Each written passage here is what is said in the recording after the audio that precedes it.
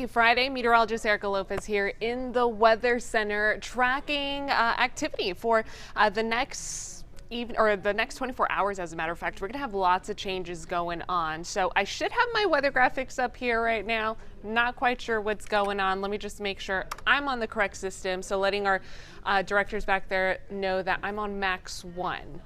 That's where my current weather graphics are ongoing. But until they're starting to fix that, so I'm going to talk about what's going on right now. Very cloudy day, very breezy day also. We're talking about some light showers that are starting to move into the Houston area. So as far as what's going on at the moment, yay, got my graphics up. Thank you for that. Okay, here's as far as what we're tracking at the moment. 76 degrees at the moment. So this has been a big limiting factor and will be a limiting factor as to what's going to happen as the evening progresses and as the situation unfolds. Lots of cloud coverage out there. You can notice some raindrops on the sky cams out there at the moment. So light showers starting to pop in as far as what we're tracking. Temperature wise across the entire viewing area, we've been in the 70s. So this is something we're watching very, very closely because this is a limiting factor to the possibility of having a severe situation for us here in the Houston area. The reason for that is if temperatures were to get to the 80-degree mark or so, that would be able to break a cap in the atmosphere. And this cap in the atmosphere is what is going to help eliminate any extremely strong storms from occurring. So I want to talk about what this cap is. So you've probably noticed folks hearing it, meteorologists hearing it if you've been tuning in here at KHOU. As far as what we're tracking with the cap in the atmosphere, think of a lid on the atmosphere. Whenever we have this cap, which is the cloud coverage that we've been eyeing throughout the Houston area all throughout today. We haven't seen any peaks of sunshine. It's a warm layer in the atmosphere that really limits any storm potential or any storms to grow. So we need rising air, and if that cap is in place, it's not going to allow the air to rise any higher, and storms are created because of this rising air, and the taller they're able to grow, the stronger these storms are able to be. So that's something that we're watching very, very closely. I want to show you the difference as to what we're tracking at the moment. We have light showers that are ongoing right now across the Houston area.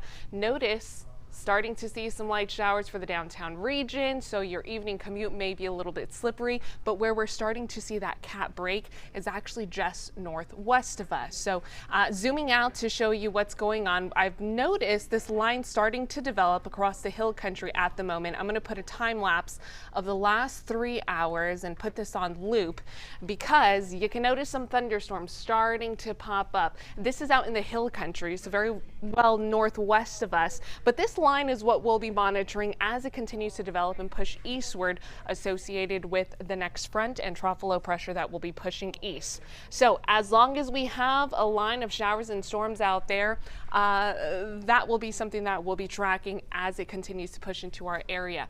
Good news is that there are no severe warned storms for the hill country region, but I'm actually going to turn on any watches and warnings that are in place.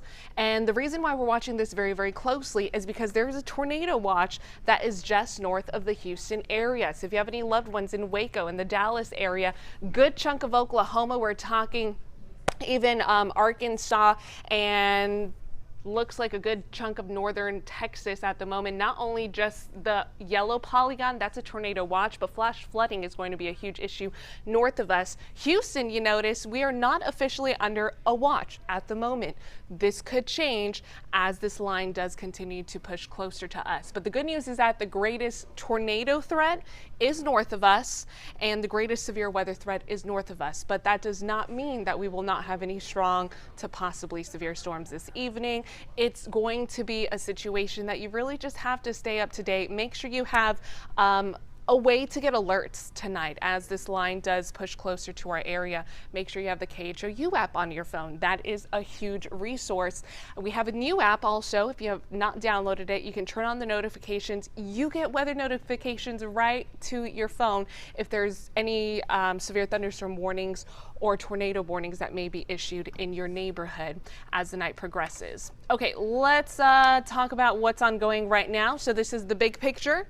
There is an enhanced risk for severe weather that it does include Austin, Dallas. We already have those strong storms that are starting to develop west of us. The reason we are under an enhanced risk for storms is because that line is going to push closer to us, and I don't expect it to make it to the Houston area until after 10 p.m. or so. And then you notice this big red bullseye here? That's a 4 out of 5 for the potential of some strong to severe storms. And we've been noticing that that is going to be our greatest threat north of the Houston area because of the jet stream. So we've been monitoring the jet stream very, very closely.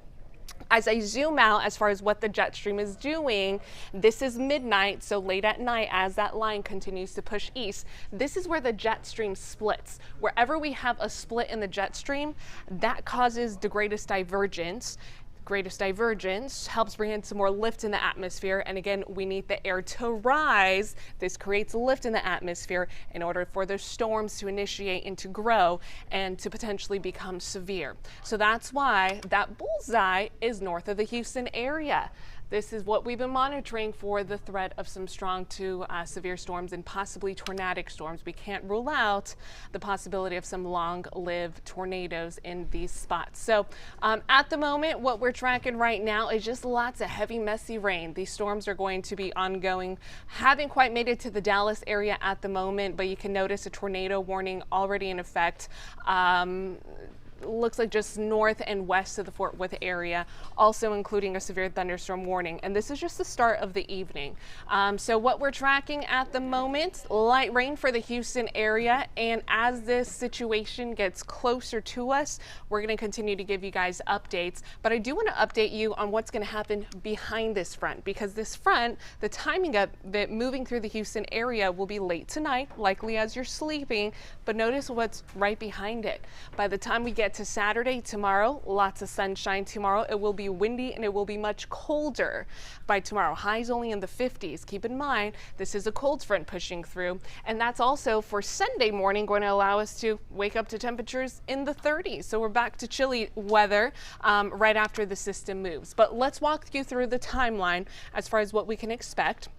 This is the latest model. This is our RPM model, I believe, that we're tracking at the moment. So as of 5 p.m., so let's see, 3 p.m. So it's not doing a good job at actually picking up what we're tracking at the moment, but you notice some storms starting to pop up in the hill country, which is verifying slightly with what we're tracking at the moment. And the reason why we're watching this model is because it does have the line strengthening, extending southward, and then also bringing in thunderstorms for the Austin area by about 7 p.m. So for our western counties, here's what we can expect. Entering into our western counties anytime between about 8 and 9 p.m. with showers becoming a little bit more widespread along that convergence zone. And then I want to walk you through the timeline. Notice this model showing the storm slightly weakening, or the line breaking apart, but still the possibility of some isolated areas that will have the possibility of straight line winds with these cells that will be pushing through. On top of that, small hail is something we can't rule out. Can't rule out a quick spin up either as this front continues to push through. So this is midnight tonight. You will likely be sleeping, which is why we're stressing for you guys to have multiple ways to get weather alerts. The KHOU app is probably your best bet of getting those notifications on your phone. If not, make sure you're just following us on Twitter. You can turn on the notifications there. Anytime we tweet some type of alert, you can get those notifications on your phone as well. The good news is that by 3 a.m., 2, 3 a.m., this thing's out of here. And then the threat is done, and that's when it starts to get very cold behind the system, and highs only allowed to be in the 50s for tomorrow. So we've had some questions on social media regarding flooding. There's been a little confusion. Typically in Houston, whenever we're dealing with some type of weather event, we're used to flooding, right? This is not a flooding scenario. We are not expecting any flash flooding. We will expect brief moments of heavy rainfall, especially as that line pushes through the viewing area late tonight. But widespread, the best chance for folks picking up an inch plus of rain will be north of I-10.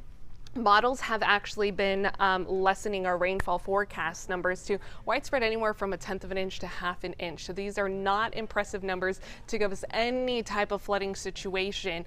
Our greatest concern will be the straight line winds, also some small hail. Can't rule out an isolated spin up, but we do believe the tornado threat will be north of the Houston area.